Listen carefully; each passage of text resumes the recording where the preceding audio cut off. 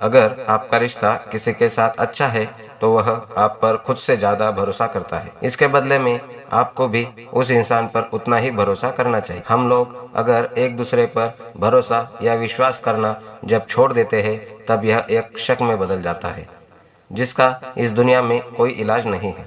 आज मैं आप लोगों को मोहन नाम के एक आदमी की कहानी बता रहा हूँ, जो बहुत ही अच्छा इंसान था, लेकिन लोगों ने उसके भरोसे को तोड़ दिया।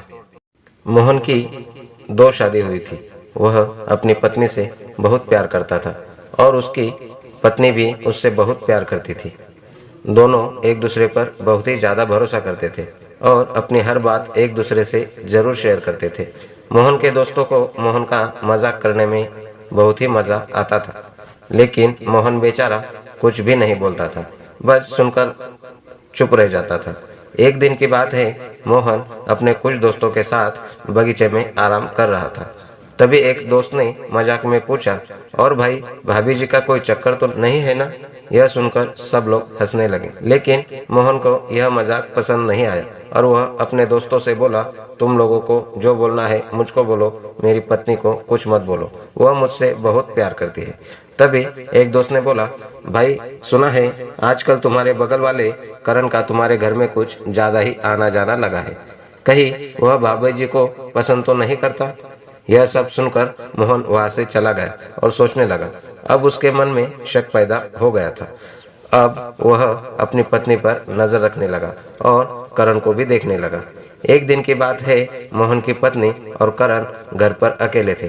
करण मोहन की पत्नी से रिमोट मांग रहा था, तभी उसका पैर फिसल गया और वह मोहन की पत्नी के ऊपर जा गिरा।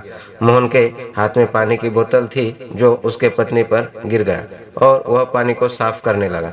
तभी अचानक मोहन आया और उसने देखा करण और उसकी पत्नी एक दूसरे से लिपट गए हैं। यह देख मोहन परेशान हो गया और उसको अपने दोस्तों से कही हुई बात याद आ गई। उसने एक डंडे से करण के सर पर मारना स्टार्ट कर दिया और जब तक करण मर नहीं जाता तब तक उसको मारता रहा। उसकी पत्नी ने उसको बहुत रोका, लेकिन वह नहीं माना।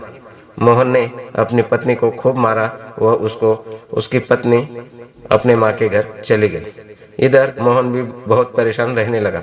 एक दिन मोहन घर की अलमारी पर रखी बुक को देखा तो उस पर करण का दिया हुआ गिफ्ट था, जिस पर लिखा था, तुम्हारा भाई करण। यह पढ़कर मोहन के होश उड़ गए, क्योंकि मोहन की पत्नी का कोई भाई नहीं था और वह करण को अपना भाई मानती थी और उसको रक्षाबंधन भी बांधा था। मोहन को अब समझ में आ गया कि शक बहुत ही गलत है। शक की वजह से उसने अपनी पत्नी और घर सब गंवा दिया है। पूरी जिंदगी भर जेल वो चला गया। दोस्तों, अगर यह कहानी आप लोगों को अच्छी लगे तो जरूर शेयर करें, ताकि मोहन जैसे लोग सुधर जाए और करण जैसे निर्दोष लोग मारे न जाए।